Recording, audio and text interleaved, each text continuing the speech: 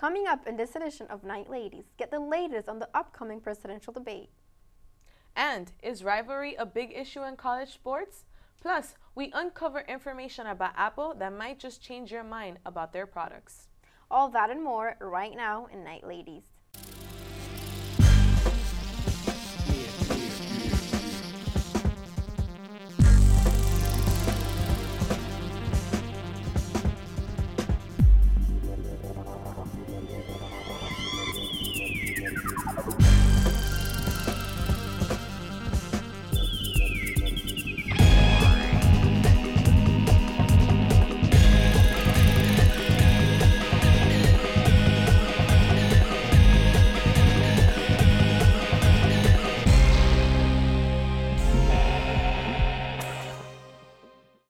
Good afternoon, I'm Stephanie Venegas.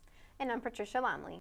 7 states asked the federal judge to block an Obama administration mandate that requires birth control coverage for employees of religious-affiliated hospitals, schools, and outreach programs.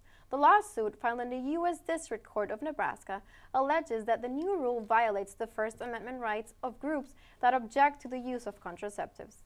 The lawsuit was filed by attorneys general from Nebraska, Florida, Michigan, Ohio, Oklahoma, South Carolina, and Texas. It states that the new rule will effectively force religious employers and organizations to drop health insurance coverage, which will raise enrollment in state Medicaid programs and increase patient numbers at state-subsidized hospitals and medical centers.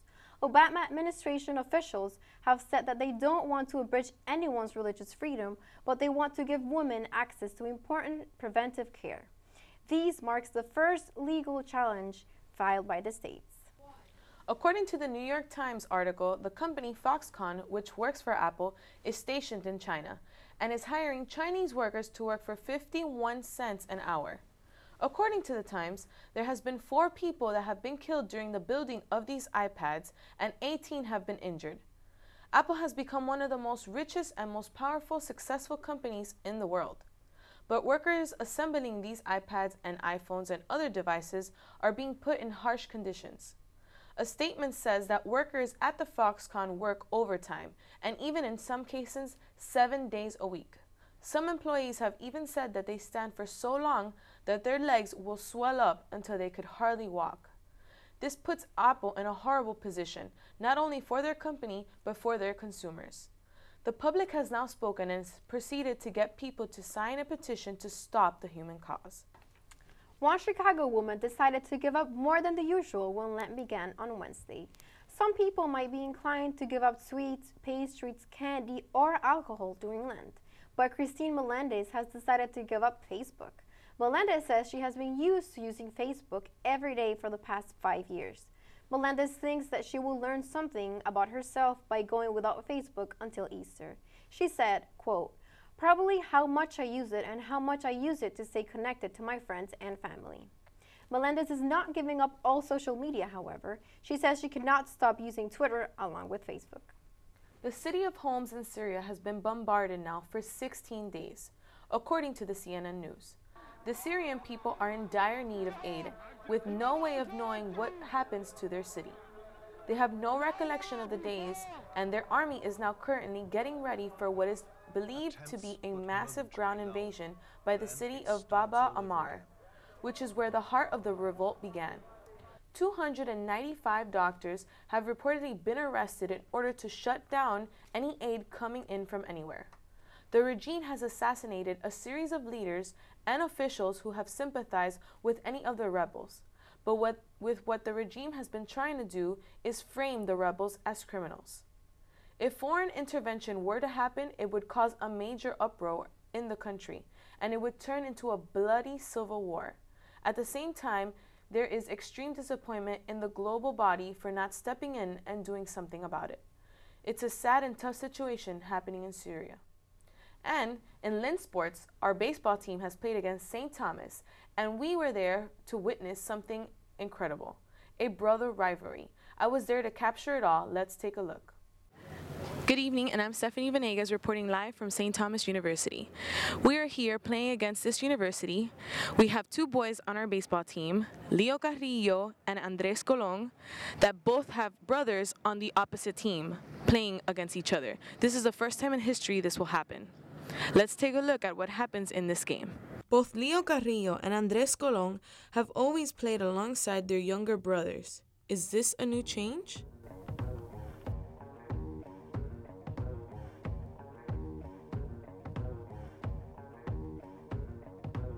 Well, it's the first time they're playing against each other, which is interesting, but it's good at the same time. They're actually supporting each other and everything, and I guess we'll see how the game goes. Special. They've been playing since they were really young, so this is really the first time in all these years that we've been in this position that they're actually playing on opposing teams. Do brothers get competitive against each other? Yes, very competitive. They've always been competitive with everything. They're twins, so they always fight about everything. Not with each other, but they're very competitive, definitely with sports, although they are always trying to outdo the other, so it should be fun for them to see, at the end of the game, how they both fared out. I don't know.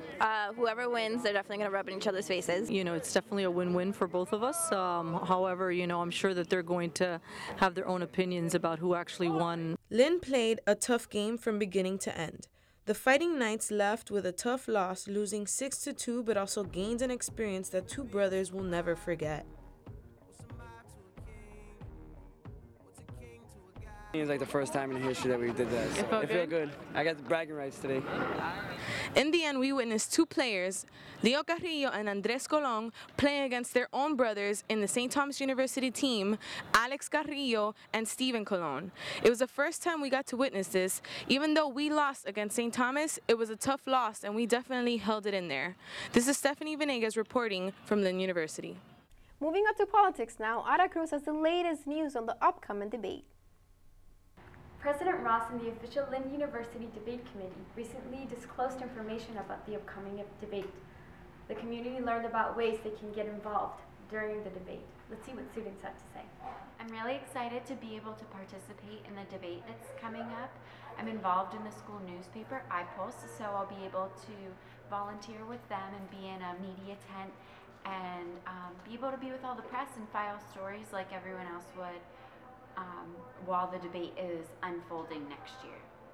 So even though I'm graduating, I will be part of the debate committee. I'm actually going to be part of the entertainment and activities committee. So we're going to be planning on the day of what's going on. We're planning to have some novelty stuff, like for example a caricature artist, also some activities with Zords, which are those giant hamster balls that you go in and then you walk on water.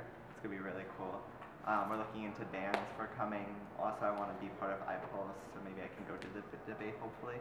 I'm hoping, crossing my fingers. I'm really excited that even graduating seniors this year are going to get the chance to come back and volunteer at the debate. It's going to be such a great experience for every student, and it's nice that Lynn still kind of takes care of their own and will let us come back and get to experience this with everybody else.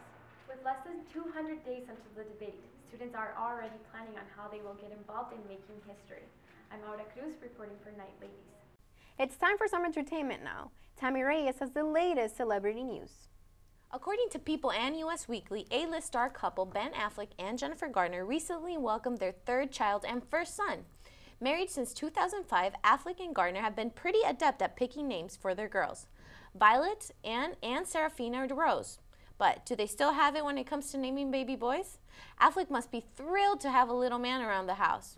The ABC hit reality show Dancing with the Stars just announced their new star roster. In an attempt to win the trophy, the celebrities made it very clear that they are not afraid to take off their shirts to get you to vote for them. Expect to see actor Jack Wagner, NFL star Donald Driver, and your favorite TV nerd Steve Urkel downright shirtless. This season's busiest celeb may be Shepard, but Driver definitely takes the title for the most competitive. I've been watching this show since season 1, and I'm here to win it. This weekend, 25-year-old Lindsay Lohan is hosting Saturday Night Live. Her to-do list includes researching Elizabeth Taylor for an upcoming film role, and finally, her probation term is about to finally end. After so much life drama, can people finally trust her to be responsible? In an interview with Matt Lauer, she said, "Being able to have this opportunity with SNL and the film, I'm going to do what I'm supposed to do and enjoy doing it, and do it as best as I can." Great news, Tammy. Oh my gosh. What do you think about the Dancing with the Star roster, William Levy? Being Latin American myself and us ladies, night ladies, well, can I just say that I'm so happy to have William Levy, which is so hot, on Dancing with the Stars. Like, it's just amazing, amazing. Major heartthrob. Have you seen the show? Have you heard of the I actor? have not seen the show, and I didn't know this news, but now I really want to watch it, and I bet it's going to be very hot. Well, that's all we have for you today. Stay tuned for more, as Night Ladies will continue to bring you the latest updates on news, politics, and the world of entertainment. Have a great day, and thanks for watching.